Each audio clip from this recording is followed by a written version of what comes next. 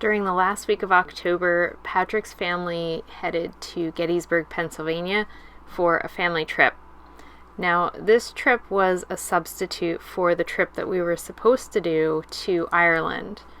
But since Ireland definitely wasn't happening this year, Patrick's sister created a very clever alternative plan where we would go to Gettysburg for the weekend and do their driving tour. So we got to get out of the house and enjoy a little bit, but still keeping safe distance. And the trip started with this awesome sunset as we headed through Philadelphia, but then unfortunately we had to also sit through traffic.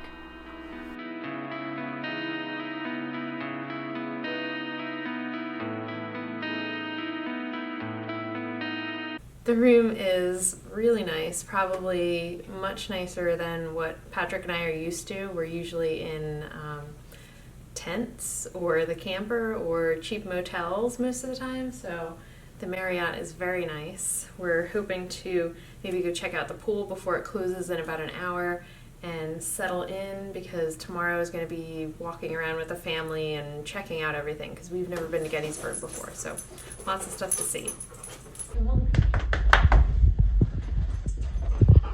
First time in a hotel room.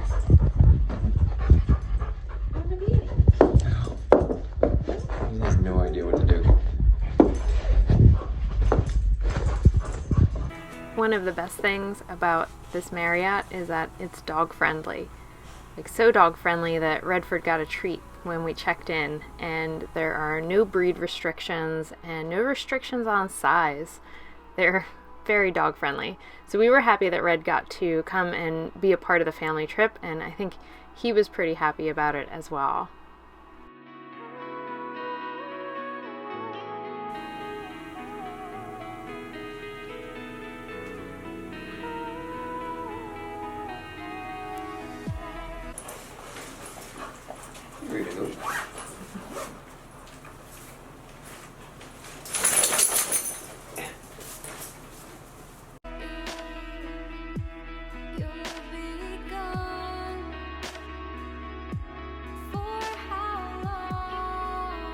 Right now we are heading toward the battlefield, and the plan is to check out the visitor center, and then there's a driving tour that goes around the battlefield, and there's an app that Pat's sister downloaded that kind of gives you like a narrated tour. And then after that, probably going to walk around downtown Gettysburg.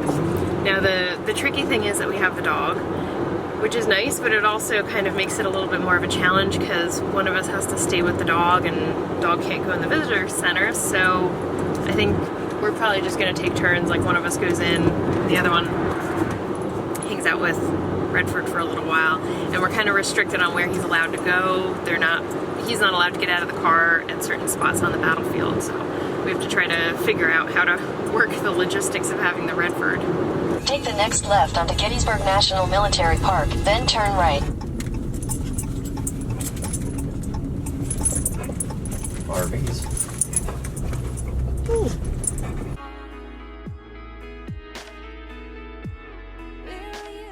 This was a Saturday, so it was kind of hard to find parking. The area around the visitor center was quite busy. We ended up going to the auxiliary parking in the back, which is about a 10-minute walk from that parking lot to get to the visitor center, but it's a very pretty walk. And it helped us to get some of Red's energy out before he was in the car for a while. When we were at the visitor center, we didn't actually go in because we had the dog, but we grabbed a map so that we would know where to go with the driving tour, and we made sure to download the app because we had service.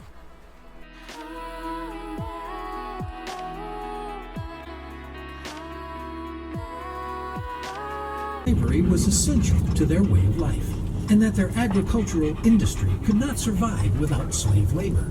They refused to acknowledge the immorality of the institution.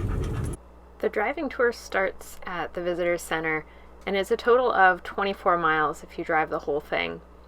It would take a minimum of 3 hours to stop at all 16 of the designated stops along the route. We're driving along McPherson Ridge, where Union forces made the first stand against the Confederate assault. Let's go back to that first day morning. There are a lot more places to stop because there are monuments every so often as you're driving by. So it really could take several days to explore all of the grounds and to learn what happened in each of the fields.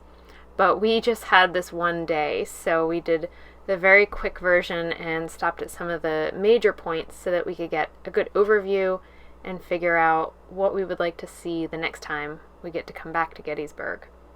Maybe next time we will rent these adorable three-wheeled go-karts. It looks like a very fun way to explore Gettysburg.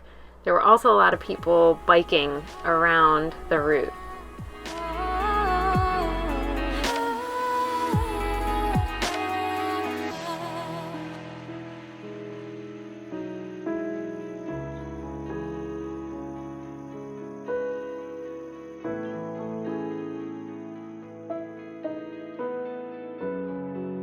The second stop on the driving tour is the Eternal Light Peace Memorial. This memorial was created 75 years after the battle.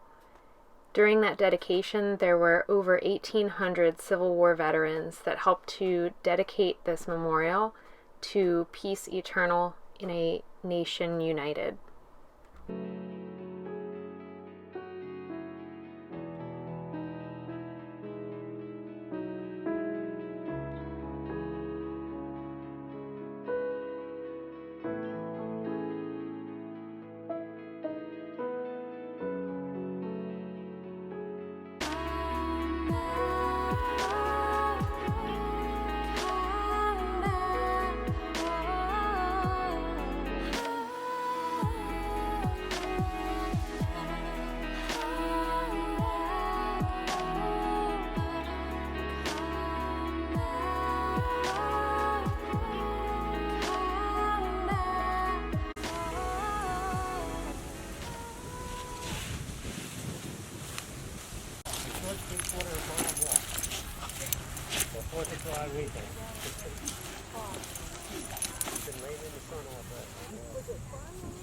Oh, it was all, well, that was all open.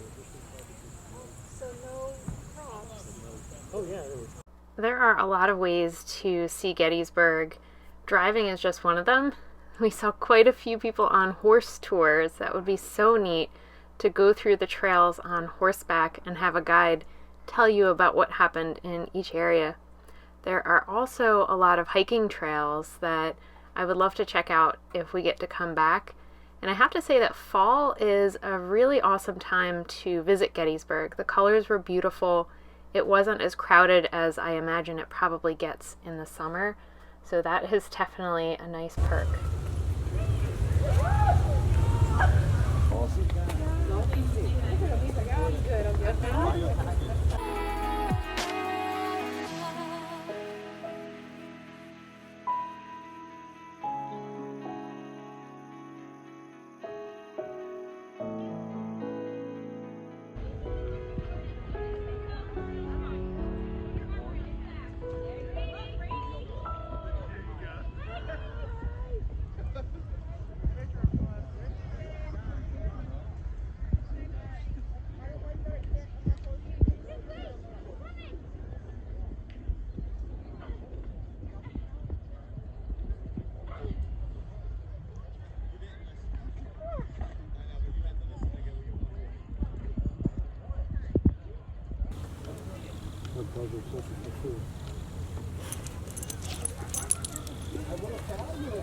From Little Round Top, we drove past Devil's Den.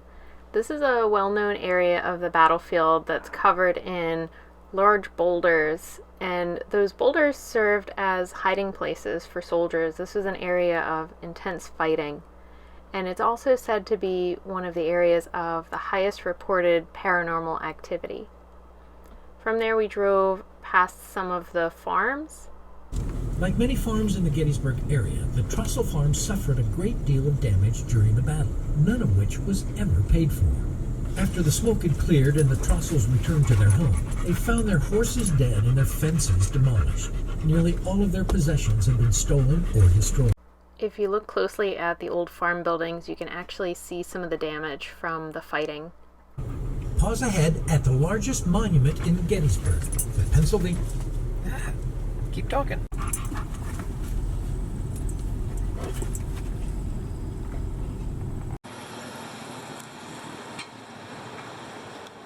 After we finished the driving tour, we went to downtown Gettysburg and walked around for a while.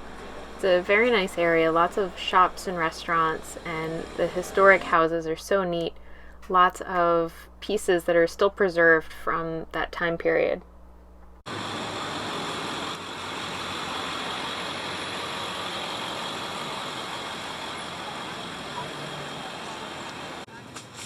We stopped to get something to eat with Patrick's family at an outdoor restaurant, and Gettysburg continued to be very dog friendly. They let Red hang out under the table while we ate our meal. After our meal, we went back to the hotel to regroup and get some coffee because we still had one more thing to do. Patrick's sister had booked a walking ghost tour, and Redford was allowed to go on this as well.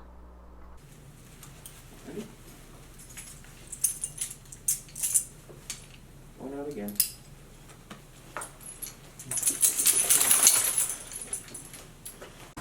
Redford was pretty excited to be wearing his light-up collar and the light on his vest so that he could go on the ghost tour with us.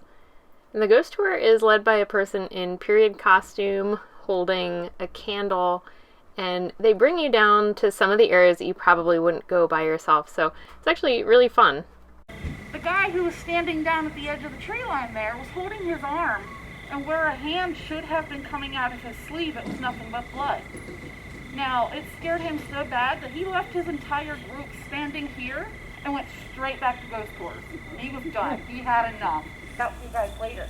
But they all ended up getting captured there. Years prior to the Battle of Gettysburg. But on the first day of the battle, Mr. Rupp decided his family would be safer across the street. And you'll find that in Gettysburg, a lot of times families went across the street to stay with their neighbors for whatever reason. I'm not real sure. The tour lasts about an hour, and it brings you to some interesting places in downtown Gettysburg. You get to hear some stories that are a little different than the type of history that you get when you're riding around the battlefield, so that was interesting. There are also several spots along the tour where they tell you to try to take pictures to see if you end up with any orbs or anything unusual that would indicate paranormal activity. We tried this, we didn't find anything, but it's still just kind of a fun thing to do, especially the week before Halloween. Ghost hunter. He's a ghost hunter. Redford the ghost hunter. After the ghost tour was over, we walked over to the Farnsworth house. This is a restaurant and bed and breakfast that's really interesting, but we wanted to check it out because of this drainage ditch located right next to it. On the ghost tour, she said that after the battle, some of the wounded soldiers were actually swept into this drainage ditch during a very severe storm where there was a lot of flooding, and they ended up drowning. On the other side, you can see this building where there are still bullet holes, and this was a spot that was used by sharpshooters.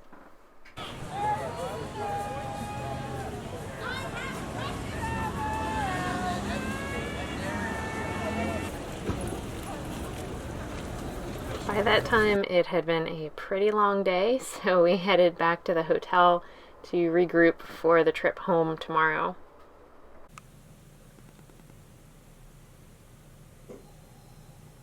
The rest of the family headed out, and we just took a drive back over to the battlefield because there were a couple things that we didn't get to stop at and see yesterday that we wanted to check out. And the first one is this monument for the dogs that were involved in the battle. So we're going to go see what this is about. Kind of looks like him. It does kind of look like him. Maybe it was a boxer mix. Yeah. It's got the face. Yeah. Alright, don't steal the bone, Red. Yeah. No, doggy got this one. No, it's not for you. Nope. Nope, Red.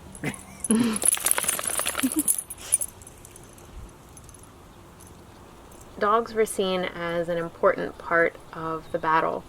They were really good for morale and helped the troops to get through these really difficult situations.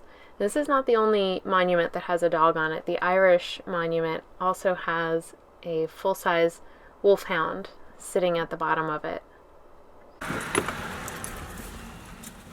Let's switch this over. Come here. Come here, Red. We took our dog and put him back in the car because there was one more place that we wanted to see before we left, and that was the cemetery. This is one of the areas where dogs are not allowed. So the very tired Redford happily took a nap in the back of the Jeep while we took a couple minutes to look around. It's pretty.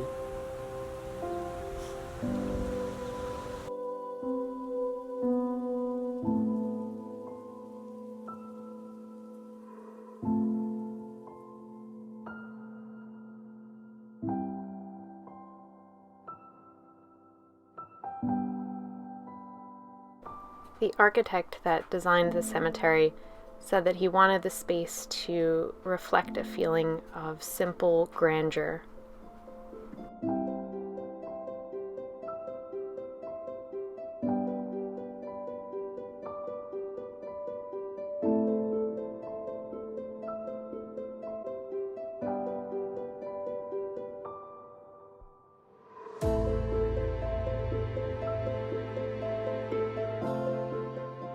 The site of the Soldiers' National Monument marks the spot where Lincoln gave his Gettysburg Address. The 272 words that were said to give meaning to the sacrifice of the dead and inspiration to the living.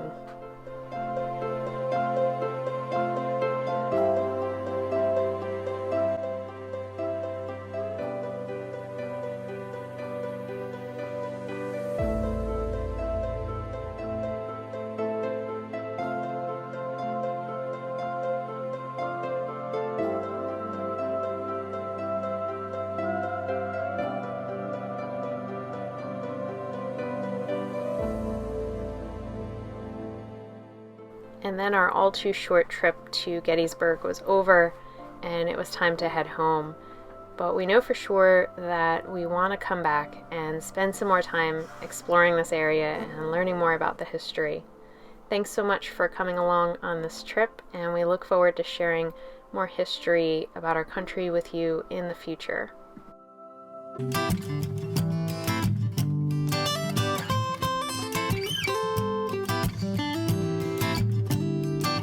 Well, you worried about you and me, the injustice, the next president to be, the news and what you hear, your career. It's time for you to face those fears, and it's all fair to be aware, and I'll be there, so don't be scared.